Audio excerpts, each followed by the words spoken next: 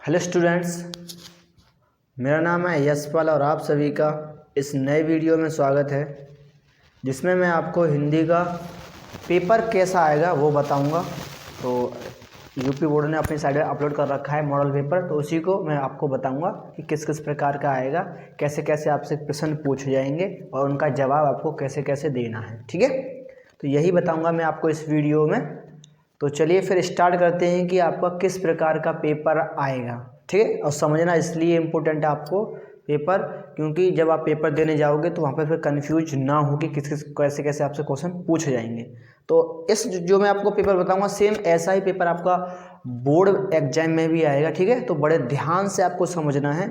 और इससे अगली वीडियो में क्या बताऊंगा कि इससे अगली वीडियो में जो मॉडल पेपर बताऊंगा उसको किस प्रकार कॉपी पे हल करना है, कैसे क्या करना है, वो अगली वीडियो में इससे अगली वीडियो में बताऊंगा। ठीक है, तो फिर चलिए हम स्टार्ट करते हैं कि आपका जो मॉडल पेपर है वो कैसा है और कौन से क्वेश्चन हैं उसमें। चलिए स्टार्ट करते हैं। तो इस प्रकार का आएगा आपका हिंदी का पेपर। समझते हैं क्या क्या है। इधर सबसे पहले आपका यहाँ पूर्णांक आएगा 70 नंबर का, मतलब कि 70 नंबर मिलेंगे आपको इस पेपर को पूरा सॉल्व करने पर, और समय मिलेगा आपको 3 घंटा 15 मिनट। ये आपका समय हो गया, 3 घंटा 15 मिनट। अब आपको टोटल इसमें जो मार्क्स मिलेंगे वो मिलेंगे आपको 70। तो यहाँ पे आपको ये दे रखा होगा क्या क्या करना है पेपर में, क्या क्या नहीं है। तो मैं बता ही दे रहा हूँ कि आपको जो 15 मिनट मिलते हैं वो पेपर को पढ़ने के लिए मिलते हैं, और जो आपका पेपर होगा हिंदी का वो 2 खंडों में विभाजित होगा। एक खंड आ होगा और एक खंड बा होगा। ठीक है, खंड आ में क्या होगा, क्वेश्चन बहुपक्षीय प्रश्न है जो आपको OMR शीट पर करने हैं, और खंड आ में जो क्वेश्चन हैं उनके एक क्वेश्चन के लिए 1 अंक निर्धारित किया गया है।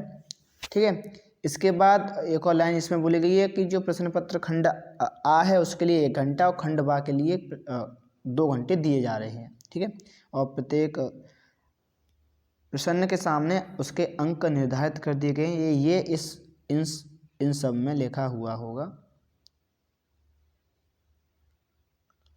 ये इन सब में लिखा हुआ है, इन सब में। ठीक है, तो ये जो लिखा हुआ है वो मैंने तो आपको बता दिया।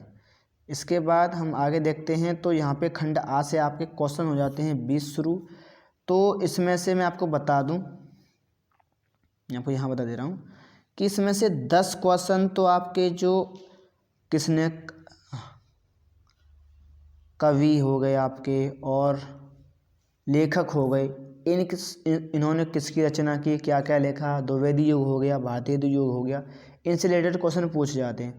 बाकी के जो 10 क्वेश्चन हैं वो आपके हिंदी व्याकरण से आते हैं, हिंदी व्याकरण से आते हैं, जिसमें रस पूछे जाते हैं आपसे, अलंकार से पूछे जाते हैं, छंद से रिलेटेड पूछे जाते हैं, उपसर्ग प्रत्यय से रिलेटेड पूछे जाते हैं। तो उससे रिलेटेड इसमें होते हैं। तो ठीक है, तो आप देख लेना अच्छे से। यहाँ पे मैं बता दे रहा हूँ, ये पहला हो गया। तो यहाँ तक आप अगर देखेंगे, यहाँ तक,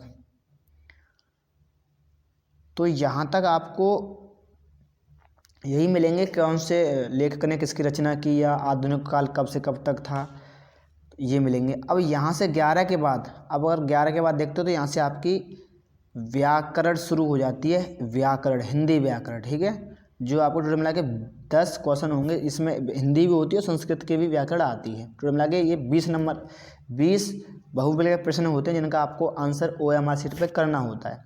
इसके बाद हमारा जो खंड बा है वो शुरू हो जाता है। इसके बाद